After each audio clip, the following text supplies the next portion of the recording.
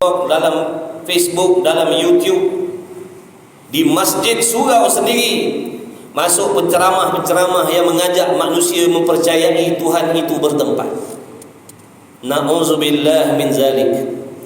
Sebab itu saya selalu pesan AJK masjid, pengerusi masjid kena mengaji. Bukan sekadar pandai membimbing, mentadbir, tapi tidak ada ilmu agama. Inilah akibatnya AJK masjid pengerusi memanggil penceramah-penceramah yang akidahnya bukan ahli sunnah wal jamaah. Pantang popular panggil. Jangan tuan-tuan.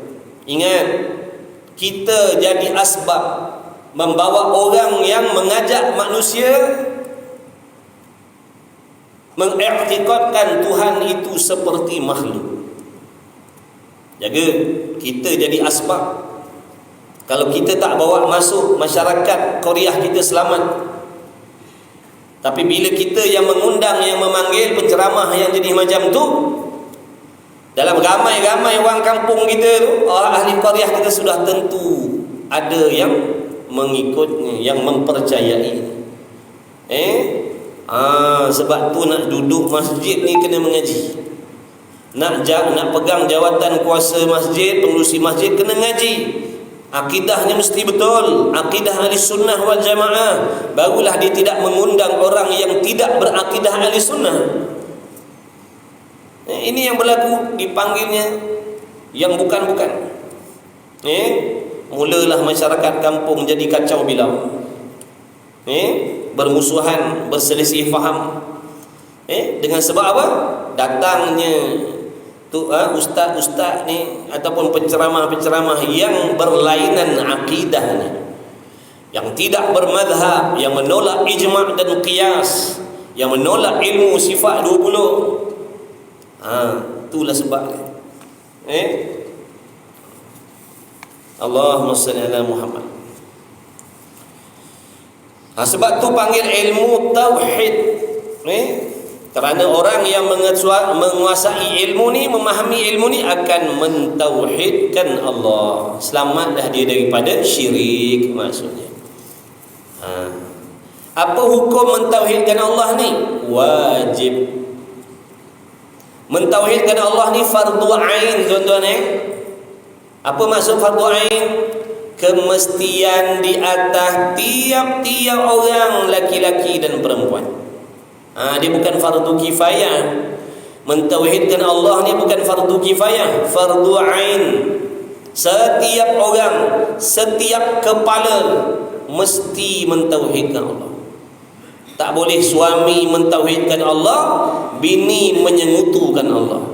Mak bapak mentauhidkan Allah, anak-anak menyengutukan Allah. Pak imam mentauhidkan Allah, ahli qaryah menyengutukan Allah. Tak boleh.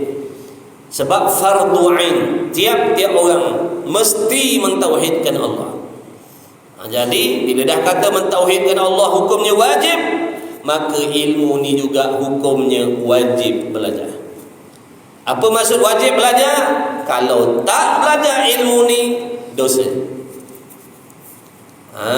Siapa-siapa yang tak lepas lagi memahami ilmu tauhid ni, kemudian dia tak nak belajar, dia lari. Dia tahu ada kuliah tauhid dekat masjid ni, dia tahu ada kuliah tauhid, dia pula belum menguasai ilmu tauhid ni. Dia pun tak tahu, tak pandai lagi apa sifat yang wajib, yang mustahil, yang harus bagi Allah, tak tahu lagi. Dia tahu ada kuliah sini, dia tak nak datang belajar, dan dia tak ada kuliah tauhid di tempat-tempat yang lain, maka hukumnya dosa lah dia. Duduklah dalam maksiat. Maksiat apa? Maksiat meninggalkan belajar ilmu yang wajib. Jangan main tuan-tuan. Kita kata orang buat maksiat, dedah aurat, maksiat, tak solat, maksiat. Kita tak belajar ilmu ni juga maksiat. Sebab tu kena tahu apa tu maksiat, apa itu taat. Baik, kemudian dipanggil ilmu kalam, nama lain. Dipanggil juga ilmu kalam. Kenapa dipanggil ilmu kalam? Kerana masyhur di dalam ilmu sifat 20 ni, perbahasan tentang sifat kalam Allah Ta'ala itu ada kerumitan. Perbahasan tentang kalam Allah itu halus, masyhur. Bila sebut belajar ilmu tauhid, orang kata dalam bab kalam tu ada rumit sikit. Dengan sebab tu diletakkan namanya ilmu kalam. Kerana masyhur kesulitan di dalam membahaskan kalam Allah. Dan dipanggil juga ilmu usuluddin. Apa makna Melayu usuluddin? Asas-asas agama. Sebab ilmu-ilmu ni yang dalam kitab ni nak membicarakan tentang tunjang-tunjang asas-asas perkara yang penting di dalam agama. Tunjang agama. Rosak ni, rosaklah yang lain. Rosak ni, rosaklah yang lain. Tak ada faedah tuan-tuan pergi haji tiap tahun. Tak ada faedah tuan-tuan pergi umrah tiap minggu. Tak ada faedah tuan-tuan. Sebab apa? Tunjang dia rosak dah. Tunjang dia rosak dah. Dengan makna iman dia rosak dah. Iman rosak, tuan-tuan semayanglah sampai pecah dahi pun. Iman tuan-tuan rosak, berqiyamul lailah setiap malam, sepanjang malam, berpuasa siang hari setiap hari sepanjang tahun. Tak jadi apa tuan-tuan. Kerana amalan yang dibuat oleh orang kafir tidak diterima oleh Allah. Maka hati-hati, jangan seronok beribadat tapi tidak mentauhidkan Allah. Jangan seronok beribadat tapi tidak mengenal Tuhan. Banyak tuan-tuan rajin beribadat, rajin sembahyang, rajin puasa, haji, umrah tiap minggu, tiap bulan, tiap tahun pergi haji, tiap tahun pergi umrah. Tolong sini, tolong sana, buat baik sini, buat baik sana, tapi akidahnya sesat terhadap Allah tanpa dia sedar. Apa yang akan kita perolehi dengan segala kebaikan yang kita buat? Jawabnya satu pun takkan diterima oleh Allah. Kerana amalan yang dibuat oleh orang yang rosak akidahnya adalah orang yang tidak beriman, adalah orang yang kafir di sisi Allah. Orang kafir ni bukan orang Cina, India tuan-tuan. Orang kafir ni orang yang salah pegangan dalam hati terhadap Allah. Bukan orang kafir ni orang Cina, India, bukan Melayu dah. Orang yang salah pegangan dan kepercayaan dalam hati terhadap Allah, itu orang kafir. Dia tak peduli Melayu, Cina, India, Arab, orang putih, tak peduli. Jangan kita anggap orang Melayu mestilah beriman. Tak, belum tentu. Orang Cina mesti kafir, orang India mesti kafir. Dah. Apa ramai orang Melayu yang tidak terima Quran? Betul? Betul ke tidak?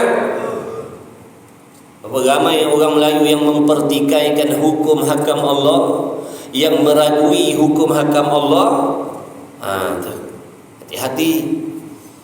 Sebab tu syaitan dia suka sangat orang yang beribadat tapi meninggalkan belajar agama. Sebab tu dugaan beribadat jauh lebih ringan daripada Allahumma salli ala Muhammad. Jauh lebih ringan daripada apa? Menuntut ilmu. Baik.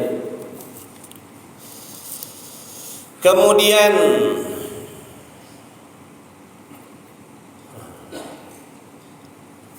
dipanggil ilmu sifat. Maknanya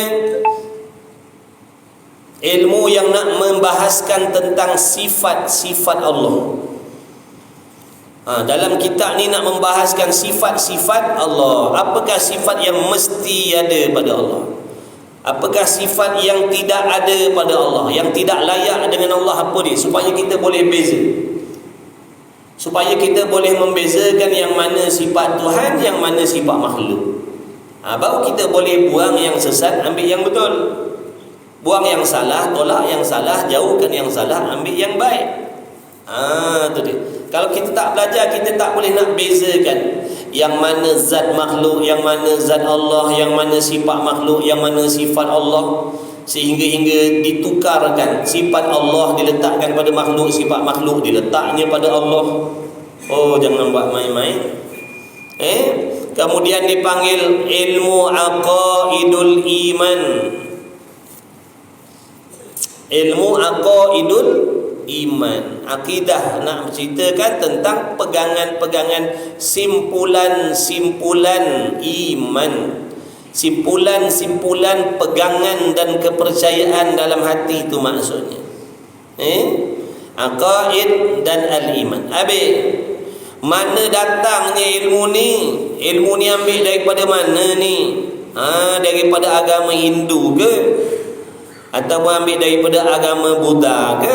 Sebagai seperti dakwaan sesetengah sesetengah puak ni, puak W,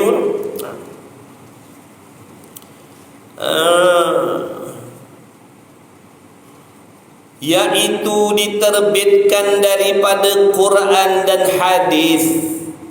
Nampak tak? Ilmu sifat 20 ni ambil dari Quran dan hadis.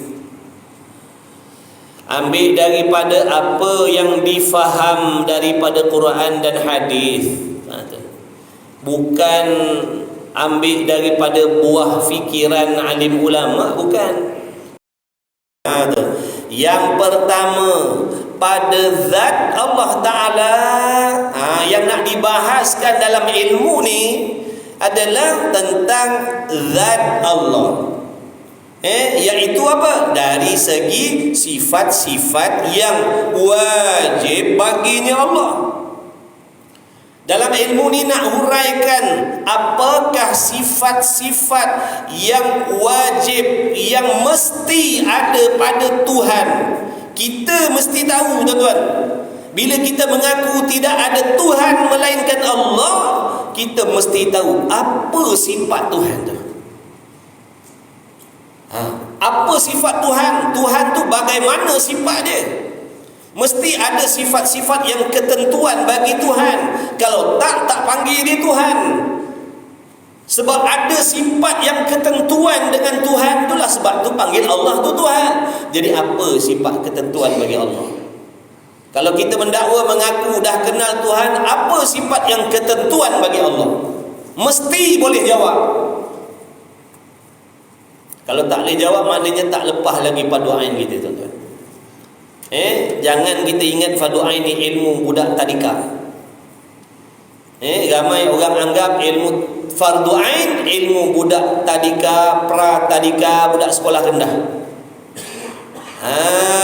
Kita ni umur dah 80, 70, 50, 40. Kalau tak tahu tentang sifat yang wajib bagi Allah ni, kita belum lepas fardu ain lagi, tuan-tuan. Faham baik-baik?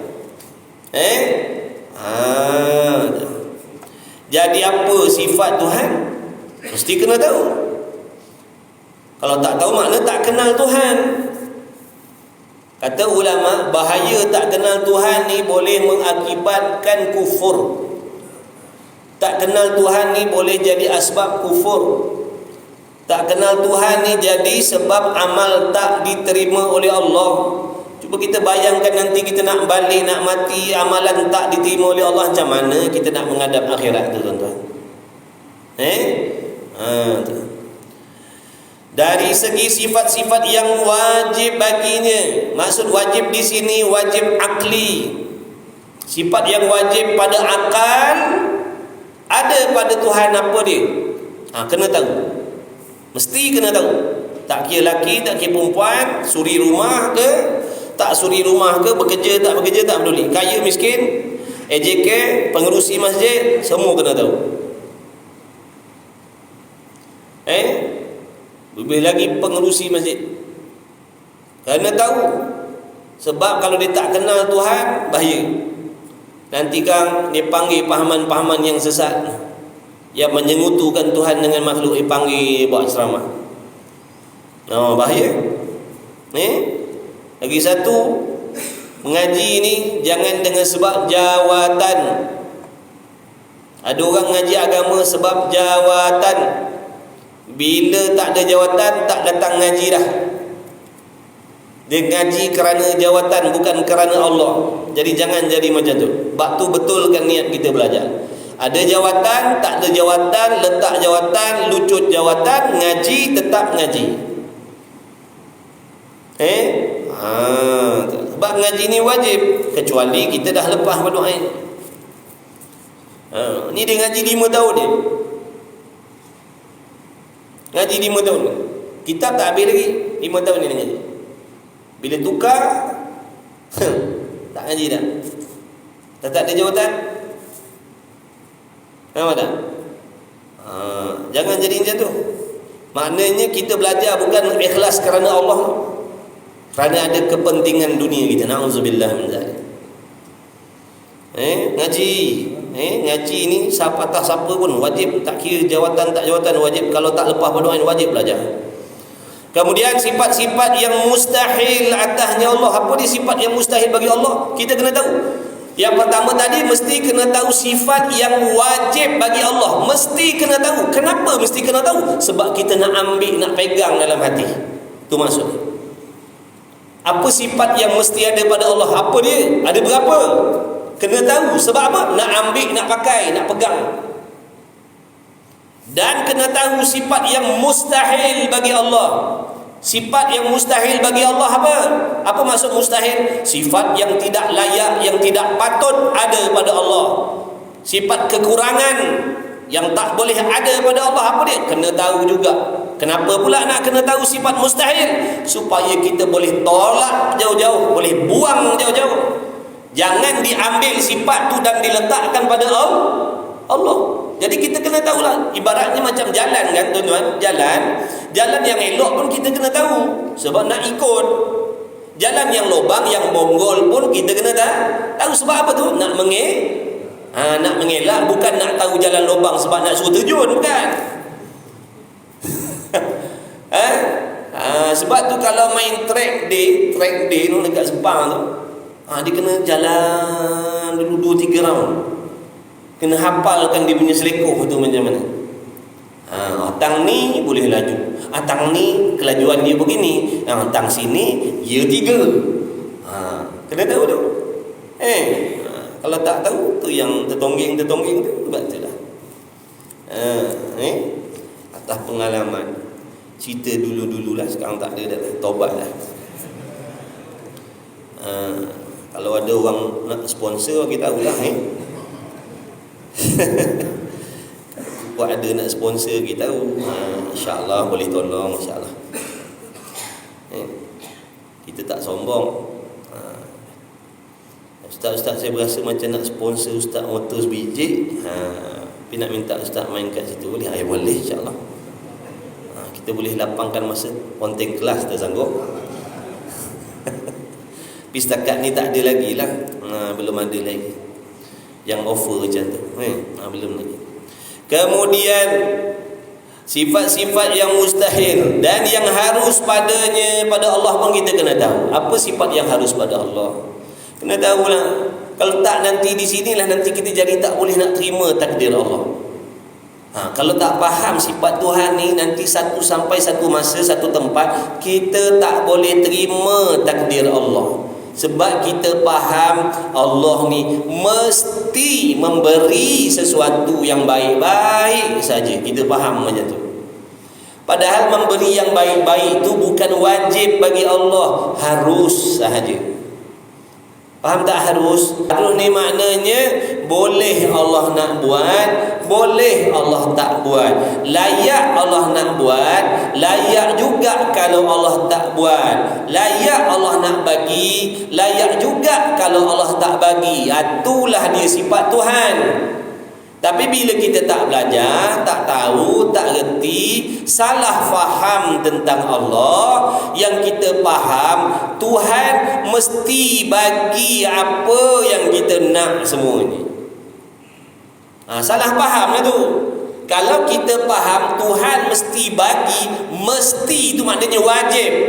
Kalau Tuhan mesti bagi, wajib bagi sesuatu, salah dah faham kita tentang Tuhan. Nampak tak? Jadi Tuhan ni sifat dia bebas, nak bagi tak nak bagi hak dia. Tu Tuhan. Dia nak bagi ikut dia, dia tak nak bagi pun ikut dia. Sebab apa? Tuhan. Tu Tuhan. Ni kita kata kenal Tuhan dah, ajak mengaji tak mau. Tapi salah faham tentang Tuhan. Bila sebut Tuhan, kita faham mesti bagi. Salah faham lah tu. Bukan mesti, harus bagi. Ikut dia Tuhan. Kita nak cakap apa? Kita siapa? Kita siapa? Yang nak kata Tuhan mesti bagi, tak patut kalau Tuhan tak bagi. Siapa kita ni? Sedar ke diri ke tak sedar diri? Kata macam tu, itulah tanda tak sedar diri. Nak Tuhan bagi, mesti bagi. Kalau tak bagi, Tuhan tak adil. Kalau tak bagi, Tuhan tak baik. Kalau tak bagi, Tuhan berat sebelah. Ni semua salah faham tentang Allah. Orang yang kenal Tuhan, dia tak cakap macam tu. Orang yang kenal Tuhan, itu hak Allah. Dia Tuhan, dia pencipta, dia pentadbir. Alam ini milik dia, roh kita milik dia, jasad kita milik dia, segala-gala milik dia. Ikut dia nak bagi tak nak bagi. Betul tidak? Jadi bila tak kenal Tuhan tu ya jadi macam tu. Tuhan ni tak adil lah. Adik-beradik lain semua kaya-kaya, mewah-mewah. Aku ni susah. Tak adil Tuhan ni. Kau siapa kau? Kau ada kepentingan ke? Kita ada kepentingan kepada Allah? Tak ada. Kita tak ada kepentingan kepada Allah. Sebab tu kena takut Tuhan ni. Sebab dia jenis tak peduli. Tuhan ni dia jenis tak peduli siapa kita, tuan-tuan. Kau baru kahwin, baru lepas ijab kabul, tak sempat nak malam pertama, dia tak peduli. Kalau dia kata cabut nyawa, dia cabut. Betul? Kau baru tengah tuang nasi, buah lauk kambing, apa lagi macam-macam. Belum sempat suap, dia kata mati. Dia tak peduli. Dia rugi ke? Dia tak rugi. Sebab tu jangan main-main, jangan berani-berani dengan Tuhan ni. Sebab dia jenis tak peduli siapa-siapa. Dia tak bergantung, tak berhajat, tak berkehendak kepada kita. Bahkan kita semua berkehendak, berhajat kepada Allah. Sebab tu jangan buat berani-berani. Dia kalau kata mati, dia tak peduli. Kalau kita bagilah can dulu malam pertama, rasa nikmat dunia dia tak peduli. Kalau dia kata mati. Jangan buat main-main. Jangan buat sombong dengan Tuhan. Nampak tak? Kunyah belum sempat telan, nasi dalam mulut lagi mati. Dia tak peduli. Kalau kita bagilah telan rasa. Itulah Tuhan. Kena tahu. Dah kenal dah? Faham ke tidak? Tuhan ni apa? Dia bebas mentadbir. Dia memberi apa yang dia nak, bukan dia bagi ikut kehendak kita. Faham? Faham ke? Faham? Ni ngaji ni sebab nak faham Tuhan ni, tuan-tuan. Jangan jadi orang tak kenal Tuhan, menyalahkan Tuhan, condemn Tuhan.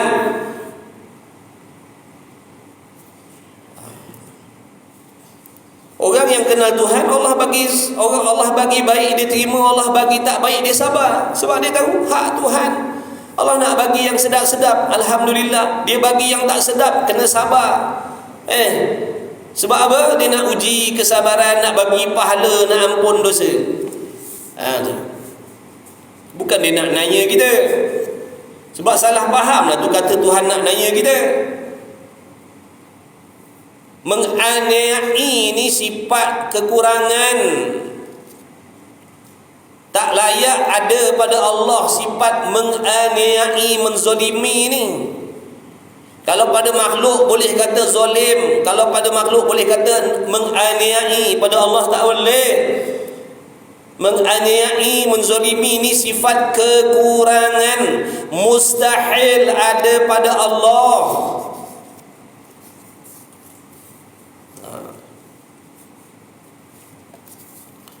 Tu nak cerita. Kenal Tuhan. Dapat sedap, syukur, gunakan kepada perkara yang Allah suruh. Dapat benda tak sedap, sabar, sangka baik dengan Allah, pasti ada hikmah. Allah nak uji kesabaran aku, Allah nak uji keimanan aku, Allah nak ampunkan dosa aku, Allah nak naikkan darjat aku, Allah nak tambah pahala yang banyak dengan sebab aku sabar dengan benda tak sedap yang aku terima. Aku tak boleh condemn, aku tak boleh komplain sebab dia Tuhan, pemilik. Dia pemilik aku, dia yang bagi nikmat. Jasad aku ni pun dia punya, akal aku ni pun dia bagi pinjam. Macam tu. Kita belajar ni supaya nak baiki amal, nak baiki amal kita, nak baiki perhubungan kita, nak perbaiki kefahaman kita tentang Tuhan supaya jadi hamba yang sedar diri. Dan sifat yang ketiganya pada segala kejadian. Nak cerita pasal makhluk. Kejadian ni makna makhluk ataupun alam. Dari segi jirim-jirim dan arat-arat, sekira-kira keadaannya itu jadi petunjuk dan dalil atau wujud yang menjadikan dia. Dalam ilmu ni juga nak mengajar kita mencari, menjadikan sesuatu itu dalil, mana bukti yang menunjukkan tentang kewujudan Tuhan yang maha sempurna. Kemudian yang keempat, pada segala pegangan dan kepercayaan. Sebab tu kalau kita tanya macam mana nak membezakan pahaman yang salah dan pahaman yang betul, jawabnya kena mengaji dengan sempurna dulu, baru boleh beza pahaman yang salah. Kalau kita sendiri pun tak faham akidah ahli sunnah wal jamaah bagaimana, memang kita takkan nampak apa kesalahan akidah-akidah yang selain daripada ahli sunnah. Dengan sendiri bila kita dah belajar ilmu sifat 20 ni, dah faham, baru boleh beza. Sebab akidah Wahabiyah bagaimana, Mu'attilah bagaimana, Mujassimah bagaimana, Qadariyah bagaimana, Jabariyah bagaimana. Dengan sendiri besok boleh beza. Kalau kita sendiri pun tak tahu lagi yang ni, payah nak beza. Sebab tu kena ngaji dulu. Kalau Tok Guru kata jangan dekati puak W ni, dengar je, sami'na wa ata'na, dengar dan patuh je. Kita ni jahil lagi. Faham tak? Dia kata, apa pasal tak bagi saya belajar dengan orang tu? Kenapa tak bagi saya belajar dengan puak tu, puak W tu? Sebab apa tak bagi? Dengar je cakap guru tu dulu. Sebab kau dalam proses belajar, kau belum cerdik lagi. Macam kita, anak-anak kita main benda tajam, kita kata jangan. Anak kita boleh, kenapa tak boleh? Kau tinggalkan je, jangan banyak tanya. Kau belum ada akal lagi, kau tak berakal lagi. Kalau cakap pun kau tak faham. Faham tak contoh saya bagi tu?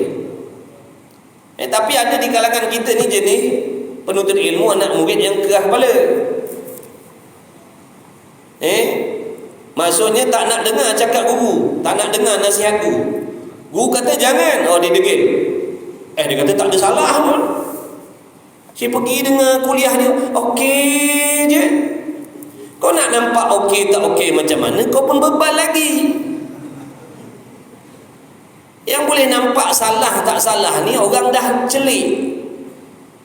Dah celik, dah cerdik, baru nampak salah, baru nampak sesat. Kita dalam proses nak belajar, tak habis ngaji lagi, tak faham lagi, mana nak nampak salah? Betul tak? Ada tuan-tuan, ada jenis anak murid macam tu. Diam-diam, dalam diam-diam dia pergi ngaji dengan puak-puak W. Dalam dia diam dia pergi. Kita dah kata jangan monyet. Tapi degil, kerah kepala, tak ada salah pun, okey je dia mengajar, tak nampak apa benda-benda sesat salah pun. Kau bebal lagi, kau tak cerdik lagi. Makna dalam bab ilmu ni kau tak cerdik lagi walau umur kau dah tua. Kau tak nampak lagi. Sebab tu kau tak nampak mana salah dan mana silap dia. Sebab tu saya cakap nak mengaji ni di antara adabnya kena yakin dengan guru dan jujur dengan guru. Kalau kita ngadap guru tadi, ngadap zahir je, batinnya tak terima guru, batinnya tak percaya yang guru tu boleh menyelamatkan agama kita, kau tak payah mengaji. Kau tak akan dapat berkat daripada ilmu yang disampaikan. Sebab kau dah jahat adab dengan guru tadi tu. Kita mengaji, tapi dalam hati kita merendah-rendahkan. Makna tak percaya pun dengan guru tu. Kita tak percaya yang guru tu boleh membimbing kita. Bahkan kita merasa kita lebih reti daripada guru tu lagi. Kau mengadaplah, kau mengajilah, kau khatamlah, kau tak akan dapat berkat ilmu. Banyak orang yang mengaji macam tu. Duduk dengan tuku pesan, jangan pergi, jangan dekatkan diri, bahaya. Kerah kepala pergi. Akhirnya diam tak diam, lama kelamaan dah termakan dah. Dulu masjid surau dia selalu buat maulid. Selalu buat maulid, dah tak buat dah. Nampak tak? Dah termakan. Dah termakan. Dulu tu dah ingatkan jangan monyet. Tapi pergi juga. Lama kelamaan dah tak ada dah. Tak ada buat dah majlis-majlis maulid kalau tak dulu buat maulid. Panggil budak-budak pondok buat kasidah, tak ada dah. Nampak tak? Diam tak diam dah termakan. Sebab tu tadi, kalau tak percaya dengan guru, itulah jadi. Dia berasa dia lebih betul daripada guru lagi. Dia lebih faham daripada guru lagi. Jadi kalau dah kau kata kau lebih gerti, lebih faham, apa kau nak mengaji dengan guru tu? Tinggalkanlah. Apa nak mengaji? Dah kau merasa kau lebih tahu, kau lebih pandai. Itu namanya tadi jahat adab dengan guru.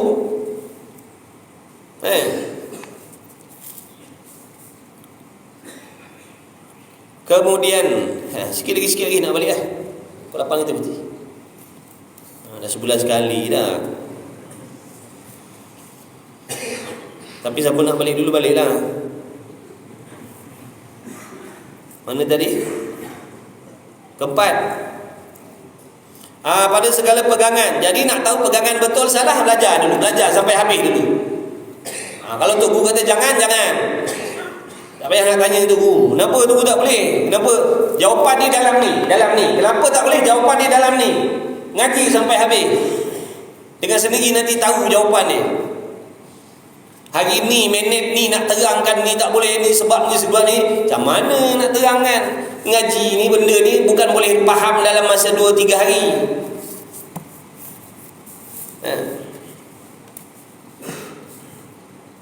Kemudian pada segala pegangan dan kepercayaan dengan kenyataan yang didengar daripada perkhabaran Rasulullah SAW, seperti hal-hal syurga, neraka dan hal-hal hari kiamat. Dalam kitab ni juga nak dibahaskan tentang perkara yang telah dikhabarkan oleh Nabi SAW, tentang syurga, tentang neraka, alam barzah, sakaratul maut dan sebagainya. Nampak tak? Supaya kita yakin dan membuat persiapan sungguh-sungguh. Sebab nak mengharungi, nak menghadapi kepada sesuatu yang kita yakin pasti terjadi dan pasti berlaku. Contohnya hal kematian, hal sakaratul maut. Kita yakin apa yang Rasul khabarkan tentang mati, tentang sakaratul maut, tentang kubur dan sebagainya. Itu akan memberi kesan kita akan bersungguh-sungguh berbuat baik. Sebab tak nak mendapat kecelakaan, kesusahan saat-saat sakaratul maut, saat mati dalam alam barzah dan sebagainya. Kita akan berusaha atas dunia, kita akan buat yang terbaik. Kita akan usaha bersihkan hati kita, jaga akidah kita, buat amal soleh, usaha tinggalkan maksiat. Sebab apa? Keyakinan dia dengan kesenangan selepas mati ataupun kecelakaan selepas mati itulah.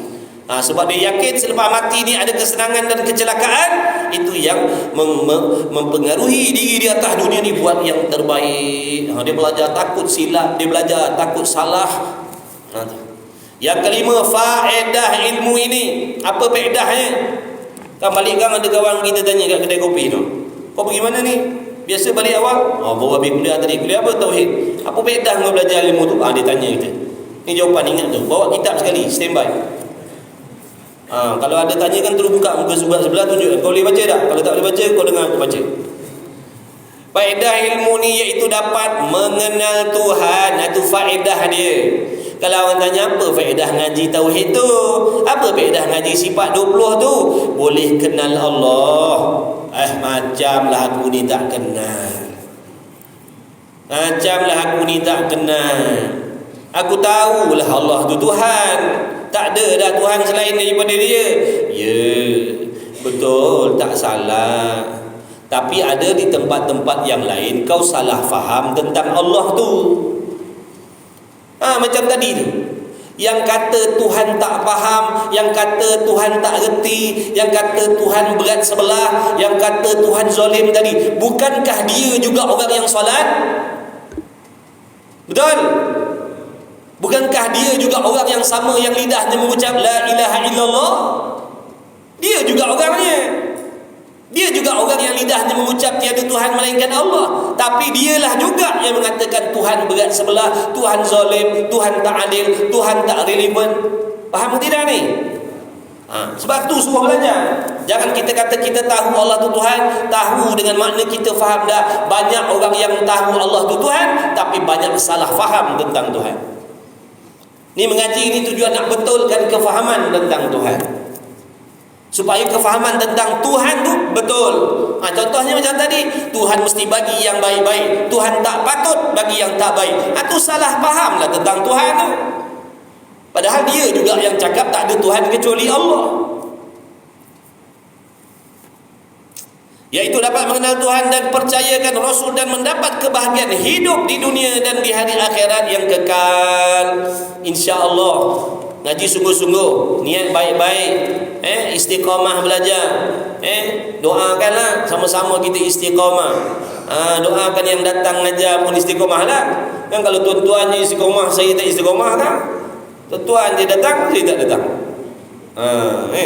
Jadi doakan sama-sama agar diberi taufik oleh Allah. Cukuplah sekadar itu insya-Allah. Nombor 5 tu pukul 8 dah. Jadilah nanti ngaji banyak-banyak jadi alim cepat pun susah. Kita ngaji sikit-sikit. Nanti ngaji banyak-banyak jadi cepat alim. Cepat alim nanti dah tak belajar lagi dah. Ngaji sikit-sikit lah insya-Allah. Apa pun mudah-mudahan Allah terima. Apa yang kita buat, apa yang kita Allahumma salli Muhammad laksanakan pagi ni, solatnya, kuliahnya, mudah-mudahan diterima, diqabul oleh Allah. Mudah-mudahan sekalian kita yang hadir, yang mengikuti, diampunkan segala dosa kita, dosa ibu bapa kita, anak isteri kita, sahabat andai kita, kenalan-kenalan kita. Kita doa kepada Allah, mudah-mudahan semuanya diselamatkan daripada terpedaya, terikut dengan fahaman-fahaman yang merosakkan syariat, yang merosakkan akidah. Mudah-mudahan Allah bagi taufik, keinsafan, kesedaran kepada sahabat-sahabat kita, kawan-kawan kita, andai-andai kata mereka yang telah terpengaruh, terikut dengan fahaman-fahaman yang menyesatkan, yang merosakkan. Mudah-mudahan Allah beri kesedaran. Amin ya Rabbal alamin. Sedihlah hati kita tengok terpedaya, terikut dengan pahaman-pahaman yang bahaya macam tu. Mudah-mudahan kita doa pada Allah dengan berkah majlis ilmu kita pada pagi ini. Sekalian yang hadir diberi umur yang panjang lagi berkah, diberi rezeki yang luas halal lagi berkah, kesihatan yang berkah, anak isteri yang berkah, sahabat anda yang berkah, diberi keberkahan setiap apa yang diusahakan, dipermudahkan segala urusan dunia dan akhirat, dikabulkan segala doa dan hajat yang tersurat, yang tersirat. Mudah-mudahan kita semua direzekikan oleh Allah mati sebagai penuntut ilmu, mati husnul khatimah. Amin ya Rabbal alamin. Jadi salah silap, andai kata ada yang terasa ke salah tutur kata, saya minta ampun, maaf banyak-banyak. Tidak ada niat yang lain selain nak memberikan kesedaran sesama untuk diri saya sendiri, khususnya peringatan untuk diri saya sendiri dan umum untuk kalian semua insya-Allah. Jumpa lagi di masa-masa yang akan datang insya-Allah. Bismillahirrahmanirrahim. Alhamdulillahi Rabbil Alamin. Wassalatu wassalamu ala Rasulillah. Allahumma Rabbana fa'na bima 'allamtana. Rabbana 'allimna alladhi yanfa'una. Rabbana faqih ahlana wa qarabatin lana fi dinina ma'ali qutri unsa wa dhakar. Wa sallallahu ala sayyidina Muhammad walhamdulillahi Rabbil Alamin. Taqabbalallahu minni wa minkum. Inna wa minkum taqabbal ya karim.